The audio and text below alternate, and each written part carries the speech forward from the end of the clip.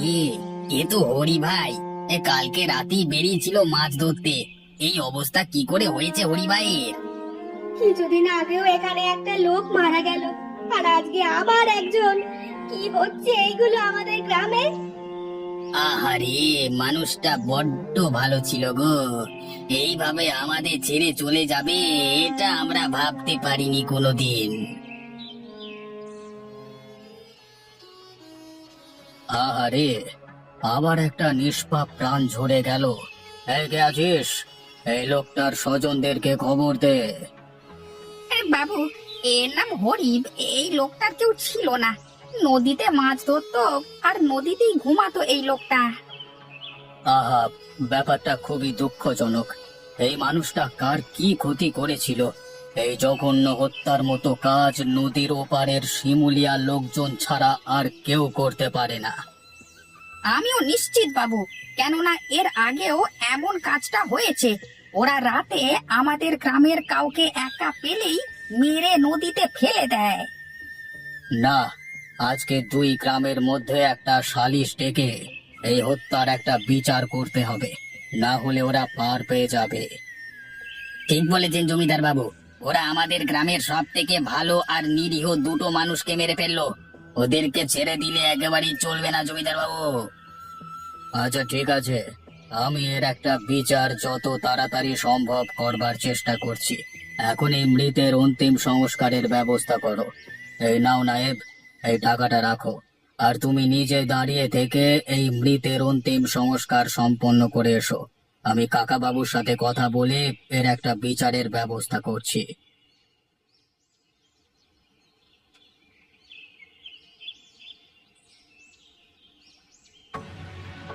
কিরে, তোদের দলের একটা লোক কমে গেল যে? তোরা এমনিতেই পারিস না, আবার তোদের একটা লোক হারালি, হ্যাঁ? আজে বাজে কথা না বলে এখান থেকে যা, তা না হলে তোদের দুটোকেও এই চিতায় জ্বালিয়ে দেব। তাই নাকি?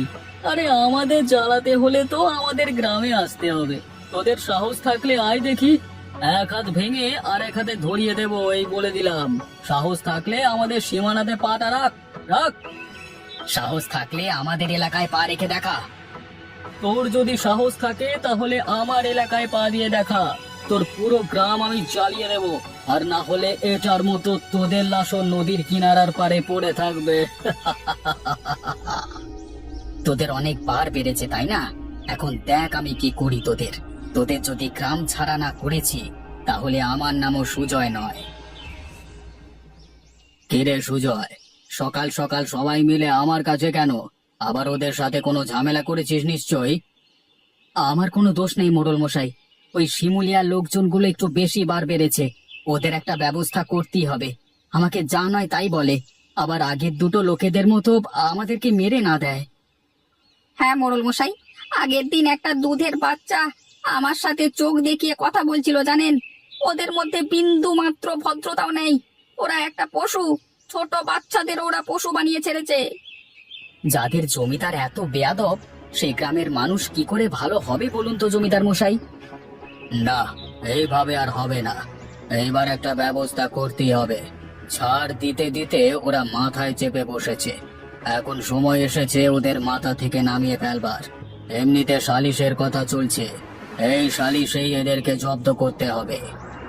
ঠিক বলেছেন জমিদার মশাই। আপনি শুধু একবার বলুন, আমরা সবাই মিলে ওদের গ্রাম থেকে তাড়িয়ে দিয়ে গ্রাম দখল করে নেব। নদীর এই পার আর ওই পার, দুই পারই আমাদের দখলে থাকবে। গোটা গ্রামটা হবে শান্তিপুর, আর সেই গ্রামের একটাই জমিদার হবেন আপনি। না, আমরা এমন কাজ করলে সবার কাছে আমরাই খারাপ হয়ে যাব। যা করবার বুদ্ধি দিয়ে করতে হবে। মাথা গরম করলে হেরে যেতে হয়। ওদের একটা দোষ বের করতে হবে, তাহলেই আমাদের জিত হবে। ঠিক আছে মোড়ল মশাই, আপনি যা ভালো মনে করেন সেটাই করেন। দরকার পড়লে আমাদের শুধু একবার বলবেন। আপনার জন্যে জান হাজির মোড়ল মশাই। আচ্ছা ঠিক আছে, যা তোরা, আমি কিছু একটা করছি। আর সময় মতো আমি ঠিক তোদের ডেকে নেব। তোরা শোন, আমার কাছে না শুনে কিছুই করিস না। মাথা গরম করে কাজ করলে সব সময় হারতে হয়, আর হার আমার একদম পছন্দ নয়। ঠিক আছে মোড়ল মশাই, আমি কিছুই করব না। যা করবার আপনি করুন, আমরা এখন আসি। কি রে, কি হয়েছে? সকাল সকাল আমার বাড়িতে তোরা কি মনে করে? আবার কি শান্তিপুরের লোকেদের সাথে কোনো ঝামেলা করেছিস নাকি তোরা? হ্যাঁ, মোড়ল মশাই, ওদের অনেক সহ্য করেছি, আর পাচ্ছি না। এবার আপনাকে কিছু একটা করতে হবে। করুন আপনি। কি হয়েছে সেটা আগে তো বল আমাকে। কি রে সুজয়, সকাল সকাল সবাই মিলে আমার কাছে কেন? আবার ওদের সাথে কোনো ঝামেলা করেছিস নিশ্চয়ই। আমার কোনো দোষ নেই মোড়ল মশাই, ওই শিমুলিয়ার লোকজনগুলো একটু বেশি বার বেড়েছে। ওদের একটা ব্যবস্থা করতেই হবে।